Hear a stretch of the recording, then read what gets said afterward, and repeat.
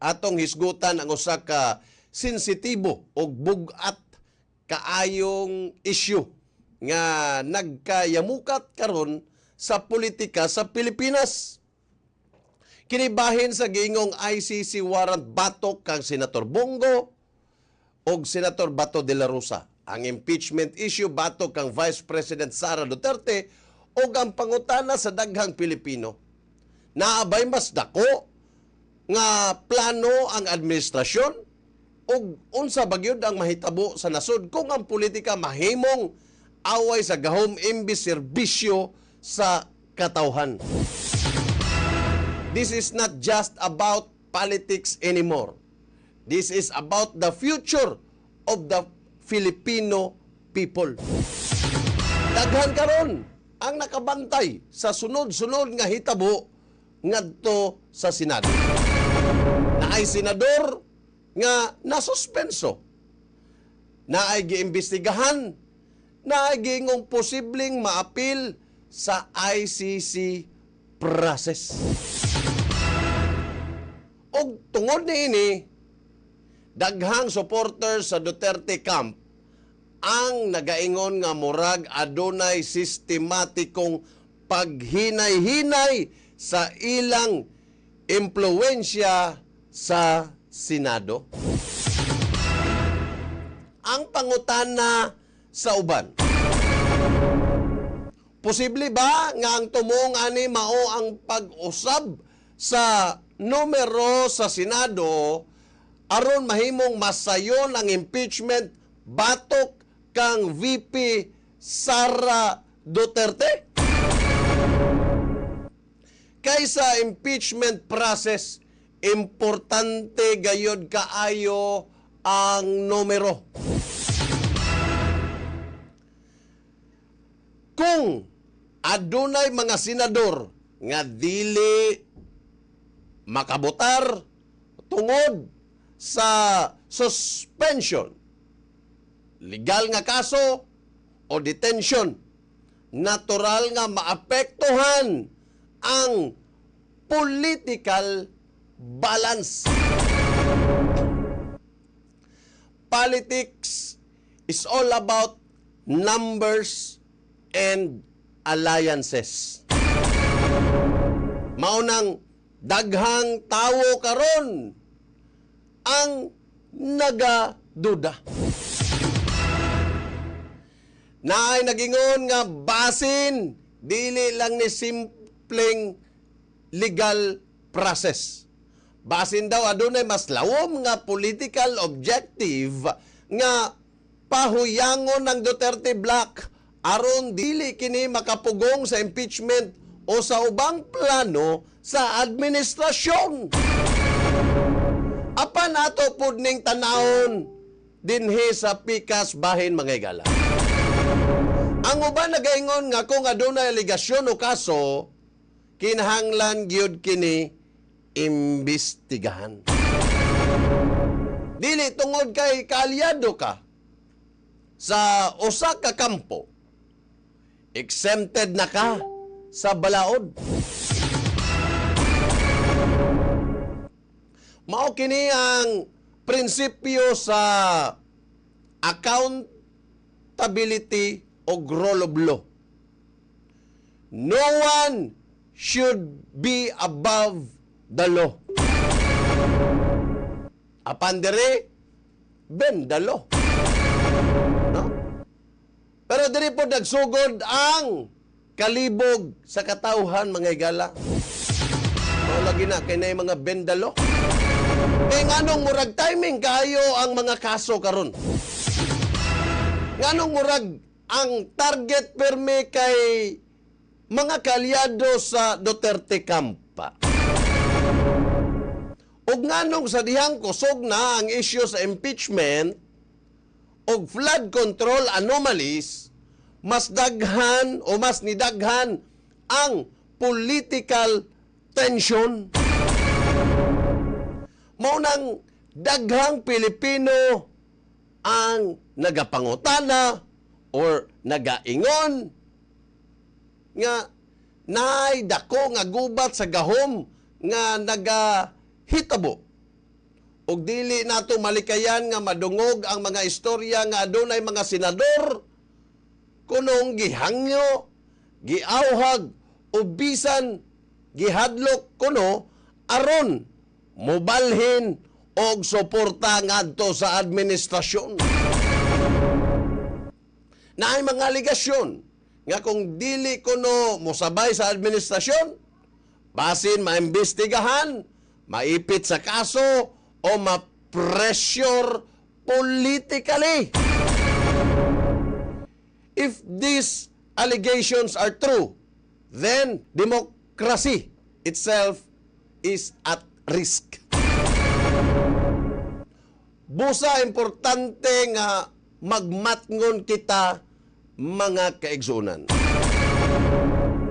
Kaysa karon, dili nato malimod nga sa kasaysayan sa politika sa Pilipinas, daghan ng higayon nga gigamit ang impluwensya, pressure o political alliances aron makabot ang usa ka political objective. Og mao kini ang nakapahadlok sa katawhan. Kay kung ang Senado nga dapat independent, mahimong kontrolado pinaagi sa political pressure, unsa na lang ang mahitabo sa checks and balances sa gobyerno? Unsa na lang ang mahitabo sa demokrasya? A democracy without independence becomes dangerous. Og diri masulod ang usapa ka dakong issue, ang flood control scam. Kada tuig halos bilyones o bilyones nga pondo ang ginagahin para sa flood control projects. Pero kada tuig pod halos pareho gyapon ang resulta. Ginabaha gihapon. Nangalumos gihapon ang uban natong mga kaigsunan. Daghang lugar sa Pilipinas ang permi bahaon. Daghang pamilya ang mawagtangan og panimalay. Daghang kabos ang nagaantos. O karon, adunay mga pangalan nga nalambigit sa kontrobersiya nga kaalyado sa administrasyon. Basin, ang tinuod nga away dili lang impeachment. Basin kini ang kiniusab usa ka pakigbisog aron mapadayon ang political control ug malikayan ang accountability sa ubang anomalya. Kay kung ang tanang kusog sa media o politika nakatutok sa ICC, impeachment o Senate conflict, basin malimtan na sa katawhan ang pangutana. Asa na adto ang kwarta sa flood control?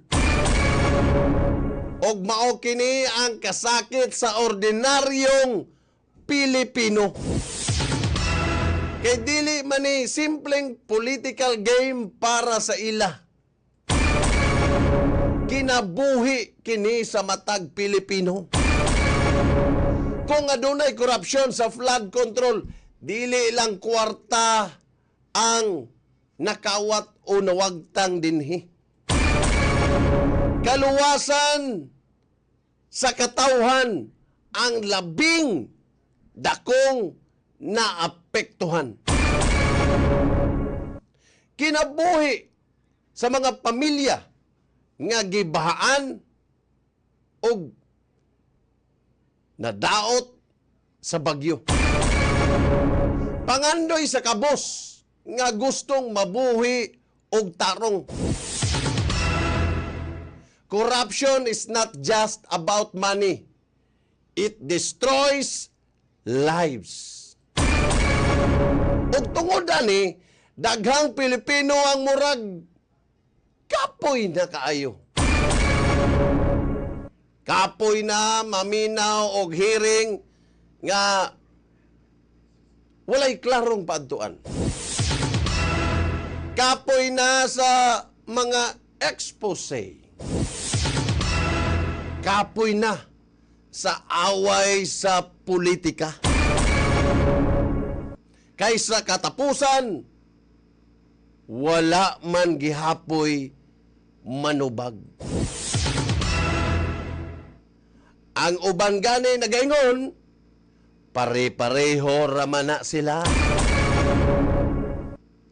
Kung kinsa ang nasa gahom, maoray makalusot. Ang pobre, pirmiray, kaluluoy.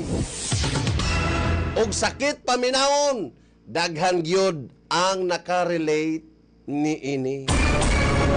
Kay samtang ang mga politiko nag-aaway sa Senado, ang ordinaryong Pilipino naglisod sa taas sa presyo sa bugas, gasolina o mga palaliton. Samtang sila nag-istorya og impeachment, ang ordinaryong trabahante nagahuna-huna unsahon pag-budget sa gamayng sweldo. The people are tired. Og maunang daghang tao karon ang nawad-an og paglaom sa atong sistema. Apan, pangutanon nato, wala na bagyo'y paglaom ang Pilipinas. Ang tubag ni ana, aduna pa. Napatay paglaom. Pero, dili kini sayon. Kay ang tinuod nga kausaban, dili magsugod sa politika lamang.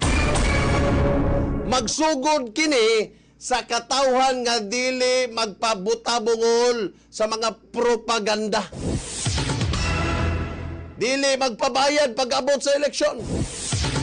O ang importante, dili kita magpadala. Ha? Gyud sa kwarta sa bisan kinsa pa na, o bisag kinsa pa nang naa sa posisyon. Kinahanglan pud ta magmatngon sa impormasyon nga atong ginatuuhan. Kay sa panahon karon, dalira kaayo manipulahon ang emosyon sa tao pinaagi sa social media. Usahay, daghan pod kaayong mga fake news. Prinsipyo sa Radyo Sincero. Usahay ang mga tinuod na tabunan sa mga propaganda. Not everything you see online is true. Maunang importante nga maghuna-huna ta og critical. Og labaw sa tanan, kinahanglan dili gyud ta mo surrender. Kay kung ang katawhan muhunong na og pangita og hustisya, mas dali gyud nga mahimong abusado ang mga anaa sa gahom. Ang demokrasya dili perpekto. Hinay usahay ang hustisya. Og oo, daghan gyud ang korupsyon. Pero ang pinakadako nga peligro mao kung ang katawhan mismo mawada na og tingog. Silence only benefits the powerful. Busa, unsa may dapat buhaton sa mga Pilipino? Una, magmatngon kita. Mangutana ta. Mangayo ta og transparency. Og mubutar kita og tarong. Siyempre, dili kita magpailad sa politika nga puro away sa personalidad. Kaysa katapusan, dili man yun politiko ang magluwas sa Pilipinas. Ang makaluwas sa nasod mao ang katawhan nga andam mo patawag og tinuod nga accountability o hustisya bisan kinsa pa ang anaa sa gahom. The real power of democracy still belongs to the people. O ginaot nga muabot ang panahon nga dili na politika ang sentro sa gobyerno, kundili serbisyo gyud alang sa mga Pilipino.